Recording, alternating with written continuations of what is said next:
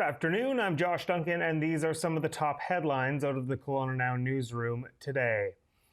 3 people were hospitalized following a boat crash in Kelowna around 8:30 p.m. last night. The incident happened around 500 meters south of the Bennett Bridge and resulted in one of the boats being lodged on top of the other, as you can see in the photo there. It drew a significant emergency response from police, fire, and ambulance. The RCMP confirmed there were 12 people involved, 5 on one boat, 7 on the other. BC Emergency Health Services has told KelownaNow that paramedics provided treatment and assessment to 7 people at the scene. Spokesperson Bowen Osoko said 3 patients were transported to KGH in stable condition, and they are accompanied by 4 family members and ambulances. But Osoko said those people did not appear to be injured. Police say neither weather or impairment are believed to be factors in this boat crash, but the incident remains under investigation at this time. A new commemorative crosswalk was unveiled in downtown Kelowna today, and it's a tribute to veterans. Fittingly, it's located at Abbott and Lawrence near the entrance to City Park, right near the Kelowna Cenotaph.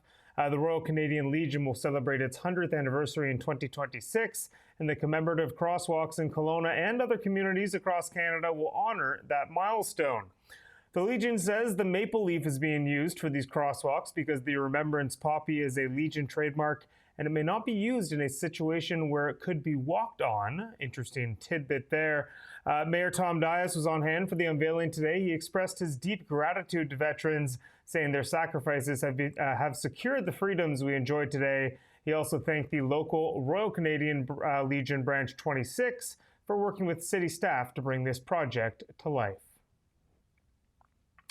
The sister of a young man who was killed in a hit-and-run on the Coquihalla 1 year ago is pleading on behalf of her family for answers. The victim was finally identified today as 24-year-old Buddy Rhodes. His body was discovered on the side of the busy highway near exit 286 in Merritt on August 30th, 2024. It was then determined that Buddy Rhodes was likely hit while standing or walking at the side of the highway by a southbound vehicle, and it could have happened up to 6 days before his body was discovered.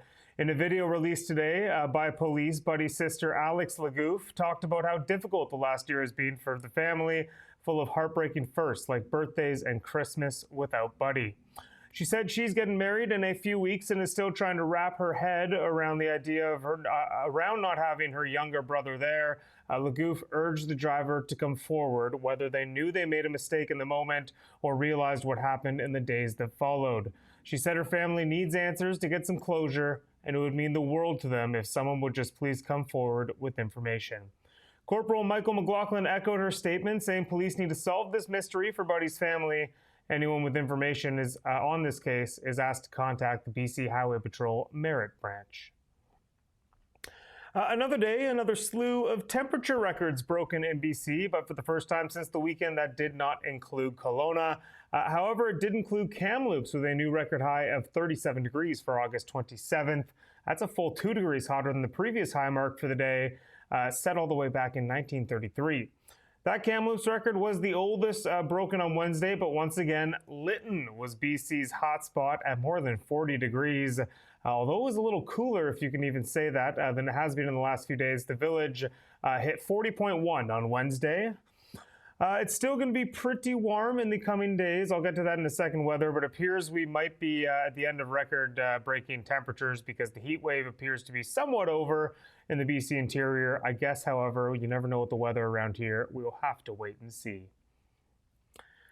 The kids are about to head back to school after the long weekend, and Interior Health is using it as a chance to remind parents about the importance of vaccinations, specifically measles, as the health authority is urging parents and families to take the step to protect their kids and themselves by making sure their young ones get the measles vaccine. Interior Health's Deputy Medical Health Officer, Dr. Sanaz Vasegi, says kids will be spending more time indoors and interacting closely with others in school. That increases the risk of exposure to measles and other infectious diseases if a case arises. There has been a significant increase in measles cases in BC and Canada this year. That includes at a Kelowna middle school. I believe it was Dr. Knox. Sorry, I don't have the information with me. That happened back in June. In July, another exposure at a Kelowna chain restaurant that was chopped leaf in Lake Country. You can find the story on this on the KelownaNow website, and it has plenty of links about information about checking your child's immunization status and what you need to do to get them in for the appropriate shots if needed. All right, finishing up, a quick look at the forecast. Like I kind of mentioned earlier, we are right around our daytime high today of 30.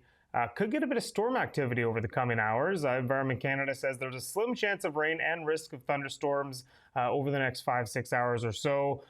Mainly cloudy overnight and a low of 19. Then similar conditions to today. Tomorrow, we'll get some clouds, a high around 30, potential storms later on. That is it for me today, but you can read up on all these stories and plenty more over at KelownaNow.com. Enjoy your evening. I'll be back tomorrow afternoon for one last look at some KelownaNow headlines this week before the Labor Day long weekend. We'll see you then. We don't just report the news. We live here too. We're your neighbors, bringing you stories that matter to all of us. No government funding, no outside influence. Kelowna Now, local, independent. News you can trust.